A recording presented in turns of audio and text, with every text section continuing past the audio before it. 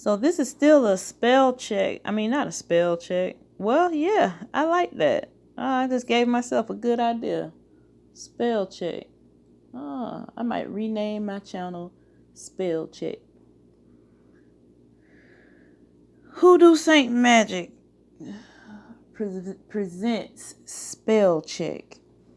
So, we're going to talk about sigil spells, spirit sigils, as well as affirmation sigils for going to court, for getting out of jail, for getting a job, for paying a bill, for whatever you could possibly perceive. You can get some work done with some sigils. Now, I'm going to share with you an email that I wrote to a friend, and I'm going to read it, so you don't have to look at the screen if you don't want to. It's just me sharing my screen, sharing the email. You could just listen and move about freely. However, now, I get to a point in this email where the ingredients become quite graphic. I try to explain it without being too graphic, but the imagination can figure out the ingredients, and if you're squeamish, you probably don't want to be eating while you're listening to this, okay? Because it can get a little I don't want to say nasty, but some may take offense to the ingredients that I mentioned with activating the sigil. So I just want to mention that, ahead of time. Spoiler alert, there will be a trigger warning. Or trigger warning, there will be a spoiler alert. I don't know, but just beware, that's my disclaimer, my warning. I don't want to ruin your meal because I love to eat too. So, without further ado, some of these ideals may appear to be weird, creepy, eerie, or spooky. I only present them to you because of my strong belief that they can support you. Let me turn this lamp up. Spiritual rituals are about interrupting patterns in consciousness to create a change in reality. If you want something different, do something different. A part of me was extremely enthusiastic about sharing some ideas with you. However, another part of me was hesitant because it can be hard to present these sort of ideas to someone who has not explicitly asked for them. And what I'm referring to here is working with the Goetia. This person does, dabble in the occult a little bit, but not necessarily with the Goetia. So, I was kind of hesitant to share. I only ask that you please consider them as they have helped me. I don't want to overwhelm you with a lot of different ideas, but I do want to offer you options so that you have something that resonates with you. The first spiritual strategy, I like that phrase. It's my first time rereading this. Spiritual strategy. Okay.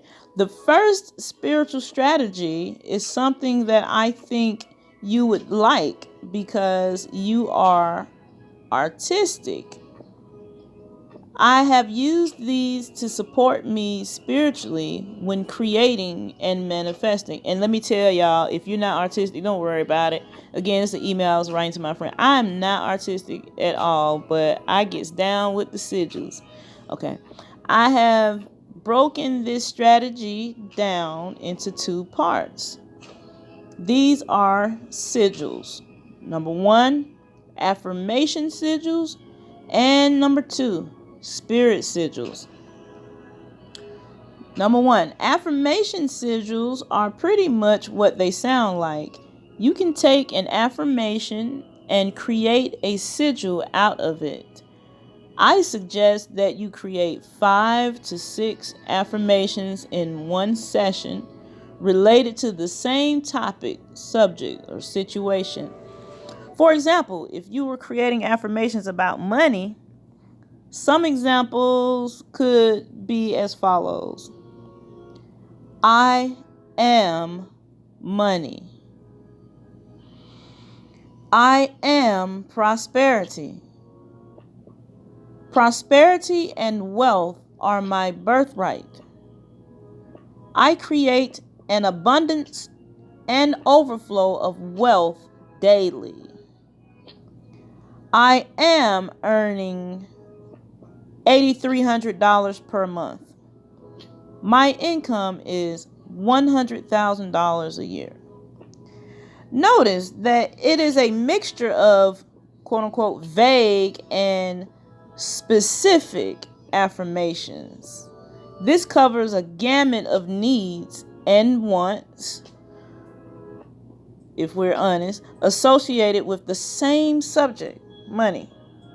If you are in need of money, your mind may be focused on a specific bill. Your desire may also be to create multiple streams of income. The bird's eye view is just as important as close-ups at ground zero. You can address the broad and the narrow at the same time. It's all money. So this is like the drop of water is the same as the Atlantic Ocean. But sometimes you need to see it as the Atlantic Ocean. Sometimes you need to see it as a drop of water. So what I'm suggesting is that when you go in with both, you cover a whole gamut of needs and wants. Note, do not try to memorize the affirmations. Just make sure that you are satisfied with the wording. Forgetting the affirmations and which each sigil is saying is part of the magical process. Once you have your affirmations, rewrite them without the vowels. I've found that keeping the first vowel is all right as long as it's the first letter. Usually, the first letter does not get removed. For example, the word I, which is spelled with the letter I. That's a vowel. When I is the first word, I wouldn't remove the word I. Okay, let's use I am prosperity. It would be rewritten as I am prosperty. Now, go back and remove any consonants that repeat, keeping the first occurrence of the consonants. So it would be rewritten as I am prosty. I wouldn't put the next P because we already have a P. I wouldn't put the next R because we already have an R. So any consonants that pop up again get removed. So once you do that, now you have what is called a glyph. Let's recap. I am prosperity. That's your affirmation. I am prosperity. You can go ahead and affirm that now. I am prosperity. That would be rewritten without the vowels as I am prosperty. Then you rewrite it again by removing any consonants that repeat. So it would be written as I am prosperty. IMPRSTY. That is your glyph. Some people actually they'll just move forward with the glyph. But what I am about to outline here is how to take each letter. You would take each letter and write it almost like a picture or a logo or an image, an artistic image. So it wouldn't go in line like it is when you're typing. You can write this down on a piece of parchment paper, on a piece of brown paper bag. If you don't have any of that, typing paper, whatever you have, depending on your tradition. I come from a hoodoo background, so traditionally people would use brown paper bag because it's much more accessible. However,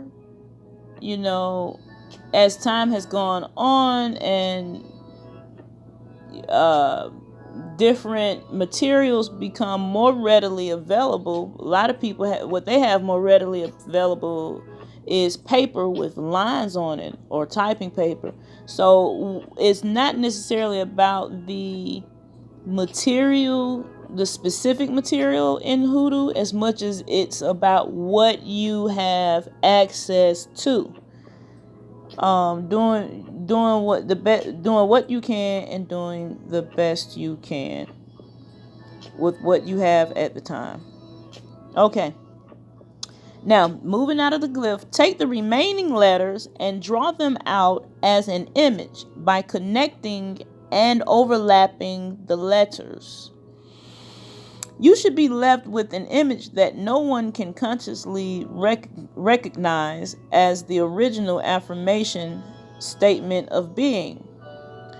The process is believed to work by bypassing the conscious mind and entering the subconscious mind in seed form, where it will come to fruition. I don't want to get lengthy, but I have decided to provide 2 video references should you feel intrigued enough to research further.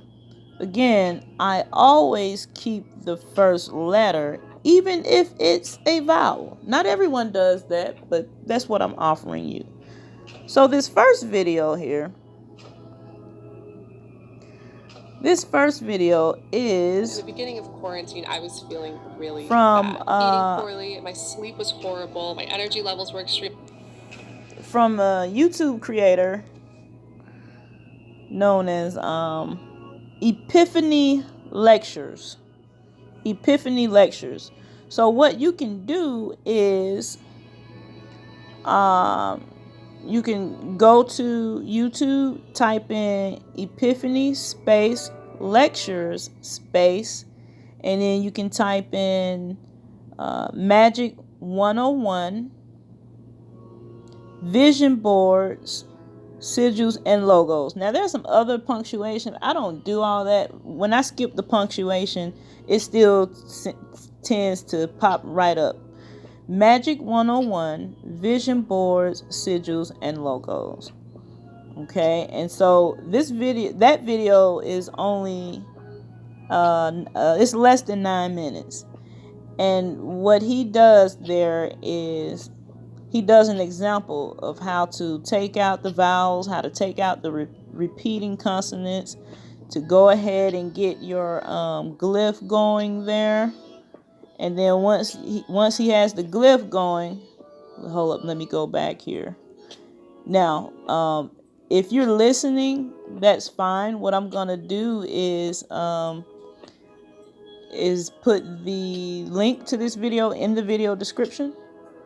Okay, so you don't have to write this down, but I was just saying it out loud just in case. I don't know. This might end up on a podcast or anything. I don't know.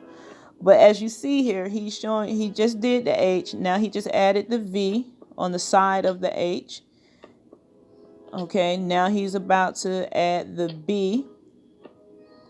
He's added the B on the side of the other H. This is just an example. That these are not rules. Okay, you don't have to do it like that at all. You can put those letters wherever you want them to be. The point is to make it unrecognizable. Now you're going to recognize it as you're doing it because it's fresh in your mind, but eventually you're going to forget that. Okay, so that's just an example.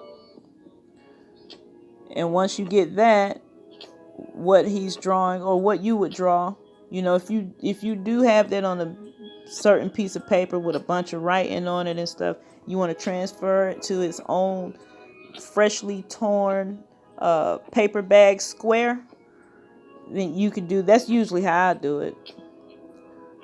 See, so that's just like an image that's being created with letters. All right, so the second video I would like to invite you to watch is, let's see here, Brother Panic. Is that Brother Panic? Yes. This is a clip that was placed on the YouTube channel Masterly Foolish. So you type in Masterly space Foolish space Brother Panic on Sigil Magic and Speaking in Tongues. That's the name of the video. But just typing in Brother Panic on Sigil Magic, magic spelled with a K, MAGICK, that should get you to this video as well. And that video is 5.5 minutes. Okay, so the first video with Epiphany Lectures kind of gives you information on how to create the sigil. The second video, which is Brother Panic on Masterly Foolish, kind of gives you more of an idea of how you could activate your sigils. All right, here's where it gets weirder. Once you have created your sigils, you charge them. Create, charge, activate, launch. Once you have created your sigils, you charge them. As you are creating the affirmations, writing them down, producing your glyphs, etc., you are in a meditative state where you are placing your intention into what you are doing the entire time. You know it has already happened in the present moment, so you're not begging spirit, you're not pleading. This has already happened, so you are in a state of gratitude and you're visualizing it. You're living from the end. What would it feel like if it were already true? What would you say? What would you do? How would you act? What would you smell? What would you go to that place in your mind? This is what's happening as you're creating these sigils, as you're coming up with the affirmations. And as you take out the vowels, as you take out the repeating consonants, you're still putting your intention in what you're doing. You're intentionifying. Okay? So, how do you charge the sigils? This is completely up to you. There are really no rules. I want to share with you how I do it. And I've taken bits and pieces from different people, YouTubers, books, and then just what I felt I should do. And it worked well. The longest I've gone with looking for manifestation is 11.5 weeks. And it still worked amazingly well. Okay. I take my 5 or 6 sigils and hold them in my lap. So this is why I say you want them to be similar. If you want to manifest something related to money, you want to do 5, 6 different sigils related to money. Why? So you can charge them all at the same time. if you charge them one at a time, because the energy is different, they're about different subject matters, what you're going to end up doing is memorizing the sigil, and that's what you don't want to do. You don't want to memorize what each sigil is. So you make them related so they can overlap and be interwoven. So as Jim Rohn would say, there are about a half a dozen things that make most of the difference. It's about 5 or 6 things that's going to make about 80% of the difference. So you take about 5 or 6 different sigils, but related, hold them in your lap, or that's what I would do, and I visualize and feel the reality of what I desire to manifest. I place myself in that reality as though it is now. But basically, charging your sigils is placing your intention into them. You can say a prayer over them if you like. You could say a particular mantra over them.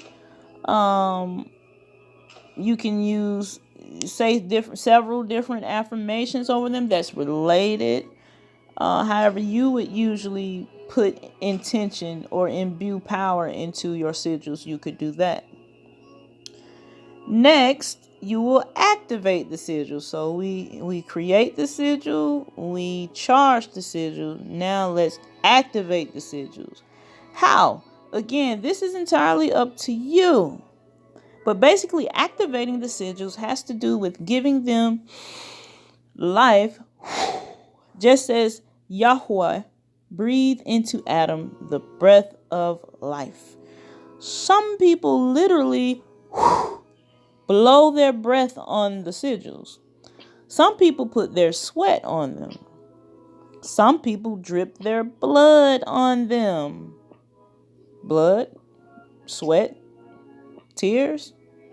I have found that a secret ingredient is most effective with activating sigils. Now, this is where I told you it might get a little weird.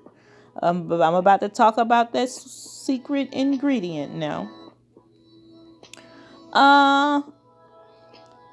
This ingredient is a part of us, seen as more taboo than blood. People feel like blood is taboo, but it is the creative fluids that we aren't usually comfortable talking about in most settings. Sometimes not even with our significant others, but the energy and the power brought forth from such arousal is extremely potent and creative. I hope this isn't too heavy or offensive. If you find that it is, you can just disregard it. Some people charge their sigils by sneezing on them. Okay? Let's see here. I offer this to you because it worked. Yeah, if you scared to get down, see, I ain't playing over here. I'm not playing over here. I'm not trying to be raunchy for the sake of being raunchy, but I go with what works and what's potent, So if you're too squeamish to use, fluids that you're gonna make come out of you anyway, then don't do it. You could just sneeze, and I don't know how you can make yourself sneeze. Sprinkle some black pepper or something. I sneeze when I use pepper. But you never know what's coming. You got to know what's coming and then grab the sigil and then let it catch the sneeze when you do that. It's way easier to just rub one out and smear it on. Just smear it on there. Okay, I offer this to you because it works pretty quickly as far as seeing movement and results. Movement and results.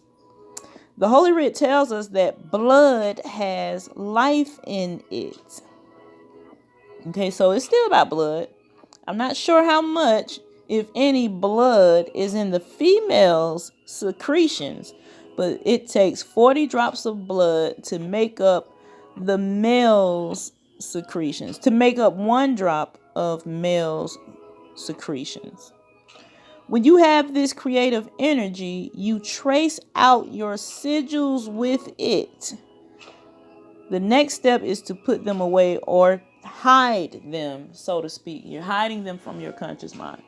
So, once you get your rocks off, or you and your partner might do it. That's even if you and your partner, you got the male secretions mixed with the female secretions, and you trace out those sigils, you are good, boo. If you are a female who is single, you can use, of course, your vaginal secretions, but another thing you can do, again, this ain't for the squeamish right here. This ain't for the faint of heart. Another thing you can do is use your menses, because, as AC would say, the moon blood is the most powerful blood, right? So use your menses, or you can use your vaginal secretions, or you can bring forth vaginal secretions during the menses. Okay? You can rub that on there too. Trace it out. Now, if you think you don't have enough fluid to do this for 5 or 6 sigils, first of all, they don't have to be large sigils. Maybe the size of the palm of your hand, as far as that piece of paper, and then the sigil written in the middle of that. So it wouldn't take much, right? And then also, it doesn't have to be perfectly on there where you can see it and all of that. I when it comes to the spirit sigils, which we'll get to at a later point, I try to make sure that I hit the middle, and then I try to make sure I hit around the sides with where I put the name at. Some people don't put the name. I put the name. I try to hit each letter in the name. But I don't have to see it. I know that I touched it. It has traces of it. So don't worry about if you can see it or if you have enough. You probably need to drink some water, but you don't have to worry. Long as you actually touched it and you traced it out with your finger. You could trace it out with your most dominant, the index finger of your most dominant hand. You don't have to. I don't want to complicate it, but there's just some power there. Some added power there. Okay, so hide your sigils. You can place them under your mattress, in a shoebox, etc. How long do you hide your sigils or put your sigils out of sight? The goal is usually for about 1 week. It's not an exact science. I would say 5 days or more. Don't pull the sigils back out until at least 5 days. Also, don't use an alarm to remind you to get the sigils. Why? Because once you remember, that's part of the magical working right there. Wait until you naturally remember that you have placed the sigils away. If this happens the next morning, that's too soon. So try to forget about them again. If you remember on the 9th day, that would be perfect. That would be a good time to bring out the sigils again. At this point, you should stare at the sigils. So trace the sigils with your eyes. Before you trace them with your finger, now trace them with your eyes. Feed them into the back of your mind. You may remember the topic that you were working on, but you should not remember each sigil's original affirmation. Don't even try. Just feed the images into your subconscious mind for about 10 to 20 minutes. Now it is time to launch your sigils into the astral plane. Now we created the sigils, we charged the sigils, we activated the sigils. Now we're about to launch the sigils. This involves destroying them quote unquote. You're not actually destroying them as much as you are releasing them out into the cosmos to do your bidding. This destruction concept is about chaos, which is not something that I can go into right now. You're impregnating the universe with your desire, your command. For myself, I found that burning the sigils is best. I found burning the sigils to be the best way to launch them into the universe. Some people let them float into running water, like a creek or a stream or a river. Some people bury them. I burn them. There's something powerful about watching the alchemical transformative flames and seeing the smoke rise upwards into the air until it disappears. That's it. It will happen for you. Just continue to believe that you are already free. This person was under some major restrictions from law enforcement and the courts. Understand that the energies that govern your situation are ruled by Saturn. Saturn can be helpful in a lot of ways. You can't build a house without nails, screws, glue, etc. Seatbelts have Saturnalian energy, but so do contracts. This is why it is so important to use the power of words and to spell out what you want. Although Saturn rules binding contracts, Mercury rules words and communication in general. You can decree, declare, proclaim, confess, and affirm that you are living according to your own statement of being. Make Saturn bow to you and let Saturn know that you are changing the terms of the agreement. You will celebrate your next birthday without the restrictions of the courts. See, some people have an abundance of Saturnalian energy, especially if they have Saturn in the 12th house. People who are in and out of jail all the time, going to prison all the time, always restricted and constricted.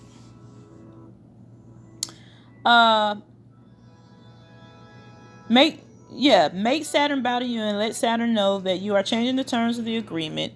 You will celebrate your next birthday without the restrictions of the courts. As I am typing this, I am realizing that it is becoming way too lengthy to send everything at once. My goal was to send you about 6 or 7 things that you could implement over the next week or two. I will still do that, but not at one time.